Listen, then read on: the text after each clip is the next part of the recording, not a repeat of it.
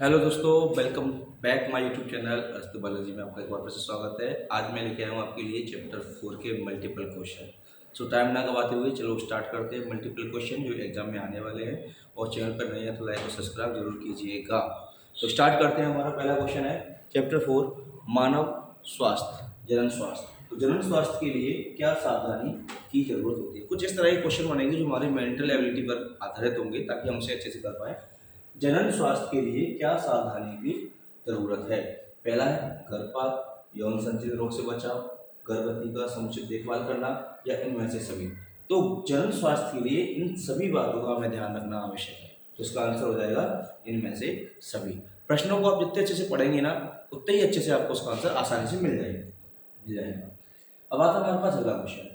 निम्नलिखित में कौन यौन संचालित रोग है। कुछ रोग आपको दिए जाएंगे जैसे टाइफाइड, हेडा, मलेरिया, सिफिलिस। आपको ये ध्यान रखना है तो सारे रोग खतरनाक रोग है, लेकिन यौन जनित कौन सा है जो लैंगिक संपर्क से फैलता है, वो हमारा है सिफिलिस। जो जनन अंगों में फैलता है सिफिलिस हो जाता है। ठीक है।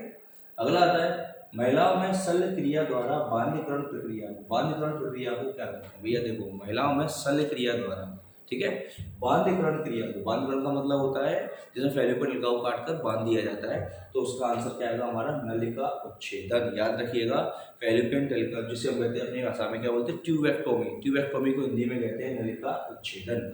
नलिका माने फैलोपियन नलिका को, उच्छेदन का मतलब काट के बांध देना। अगला आता है हमारे पास कॉपर टी रोकता है। भाई कॉपर टी किसे रोकता है। तो कॉपर टी का मुख्य काम क्या होता है, निषेचन को रोकना। ये शुक्राणुओं को अंडाणु तक जाने नहीं देता। ठीक है। फिर आता है इसमें अगला प्रश्न हमारा, इनमें से कौन जनसंख्या नियंत्रण का प्रमुख प्राकृतिक उपाय है।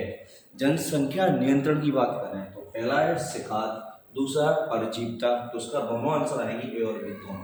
ठीक है। फिर हम अगले प्रश्न की तरफ पढ़ते हैं। निम्न में से कौन विषाणु जनित रोग है। विषाणु से फैलने वाला रोग। अब यहाँ आपको ध्यान रखना है वायरस से कौन कौन से रोग फैलते हैं। तो वायरस से फ्लू भी होता है, वायरस से पोलियो भी होता है, वायरस से एड्स भी होता है, चाहे इसका मतलब आंसर क्या जाएगा इनमें से सभी। ठीक है। आगे बढ़ते हैं अगले प्रश्न की तरफ। जनसंख्या नियंत्रण के लिए हार्मोनल गर्भ निरोधक गोली प्रयुक्त होती है। इसके लिए जनसंख्या नियंत्रण के लिए क्या प्रयुक्त होती है, हार्मोनल गर्भ निरोधक गोली प्रयुक्त होती है। कौन सी होती है, मालाडी, मालाएंस है। ये तीनों क्या है, जनसंख्या नियंत्रण को रोकने के लिए हार्मोनल क्या है, गर्भ निरोधक गोलियों के रूप में प्रयुक्त की जाती है। इसलिए इसका आंसर आएगा इनमें से सभी। ठीक है। अगला प्रश्न है हमारा, जनसंख्या अधिक होने से क्या होता है। भाई जनसंख्या अधिक होने से क्या होता है, तो मेरे को पता है जनसंख्या के दुष्प्रभाव में आय में कमी होती है, खनिज पदार्थ में कमी होती है, भूमि स्थान जमीन की कमी होती है। इसका मतलब इनमें से सभी आंसर आपका आ जाएगा।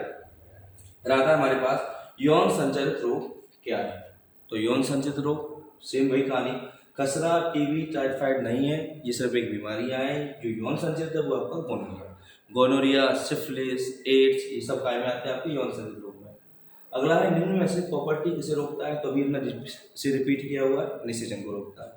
फिर अगला प्रश्न आता है, निम्नलिखित में से कौन जनन नियंत्रण की शैल विधि है। शैल विधि का मतलब होता है जिसमें हम ऑपरेशन द्वारा किसी चीज को काटकर बांध देते हैं। तो हमारे पास जनन नियंत्रण की दो ही विधि है, एक है वेसेक्टोमी, एक है ट्यूबेक्टोमी। तो हम कहेंगे वेसेक्टोमी और ट्यूबेक्टोमी।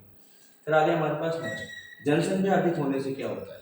जनसंख्या अधिक होने से प्रति व्यक्ति आयु कम हो जाएगी। ठीक है।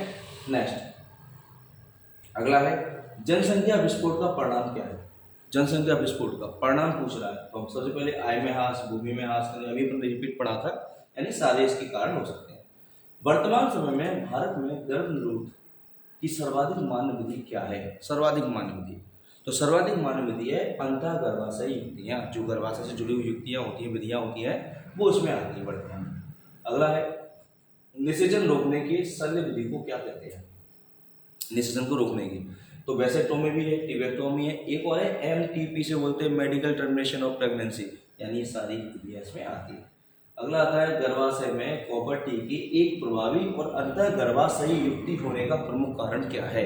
ठीक है। तो गर्भाशय में कॉपर टी के एक प्रभावी और एक अंतः गर्भाशयी युक्ति होने का कारण क्या है। तो दूसरा शुक्राणु की निषेचन क्षमता में कमी, बिल्कुल सही है। गर्भाशय में कॉपर आयन मोचित होने का करेक्ट है। शुक्राणु की बच्चेपाणु क्रिया में वृद्धि, शुक्राणु की क्षमता में कमी, सही है। इसका मतलब इसका आंसर आएगा हमारा उपरोक्त सभी। इसमें हमारे सभी आंसर माने जाएंगे।